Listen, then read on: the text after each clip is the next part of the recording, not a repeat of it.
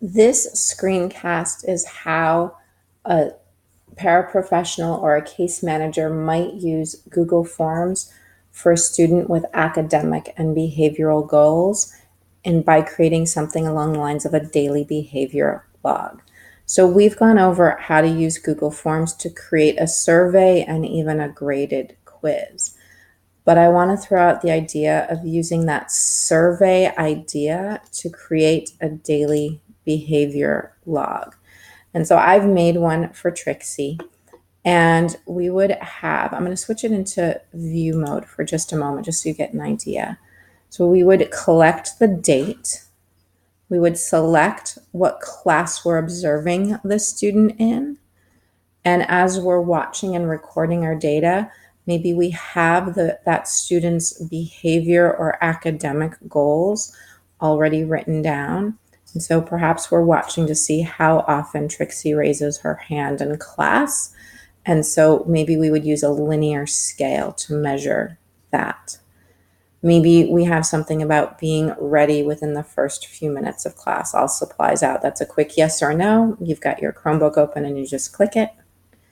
Maybe there's a daily writing prompt, and how much support does the student need? And so you've got some multiple choice questions there and you're just clicking on one. Maybe there's a place for narrative. So I'm just going to imagine, and I'm going to put today's date, and I'm going to be in my elective class, there's student's elective class. The student raised their hand 3 times, I noticed. Do you have all of her supplies out? Absolutely. There's a writing prompt, and the student required no prompting. And maybe there's nothing to narrate for the day, but maybe I also want to make sure that it's recorded that the student was called to the office during class. Maybe that's an important thing to notice. Maybe I also need to notice that the student shared supplies with table mates. Whatever it is you're observing, we could write that down in the narrative log, and I'll hit the submit button. And I have set this one so that I can submit over and over again. It's not a one-time submit.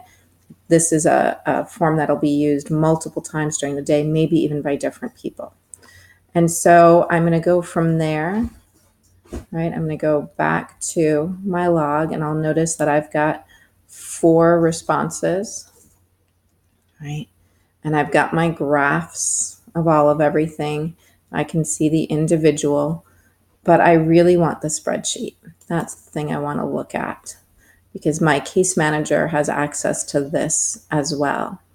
And so I can see over the course of a day how Trixie did. I can see the timestamp and the date, what class it was in, and I can see how does Trixie raise her hand. She does a great job in science and not so great in reading. Maybe that's a problem. I can also see that all the supplies are out in every class except for that reading class. That might let me know that reading is a place for struggle.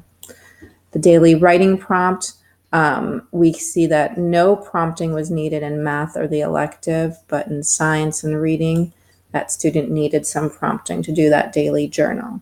And then I can also see what the narrative log was for each of those classes. And in this one, I put that the kid needs extra time to complete something, she struggled to work with someone.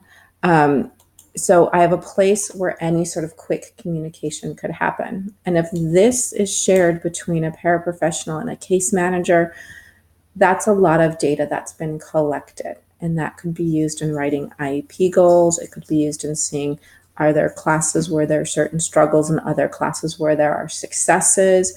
It's also a place for, if you don't get to meet up with between the case manager and paraprofessional, there's a place for narrative communication.